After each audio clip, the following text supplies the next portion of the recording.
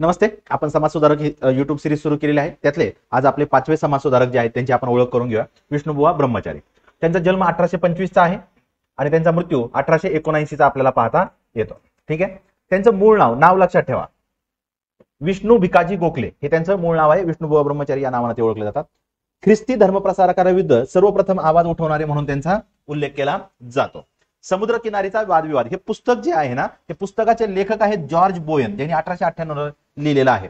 पण या पुस्तकाच्या अनुषंगानं 1857 पासून दर गुरुवारी समुद्र किनाऱ्यावर ख्रिश्चन मिशनऱ्यांशी ते वादविवाद करत होते. पुस्तक त्यांचं नाहीये हे लक्षात ठेवा. वर्तमान दीपिका हे वृत्तपत्र त्यांनी सुरू केलं होतं. त्या वृत्तपत्राच्या माध्यमातून वैदिक धर्मावर जे काही ख्रिश्चन धर्मप्रसारक टीका करत होते त्या टीकेला त्यांनी प्रत्युत्तर देण्याचं काम या वृत्तपत्राच्या माध्यमातून केलेलं आपल्याला पाहता येतं.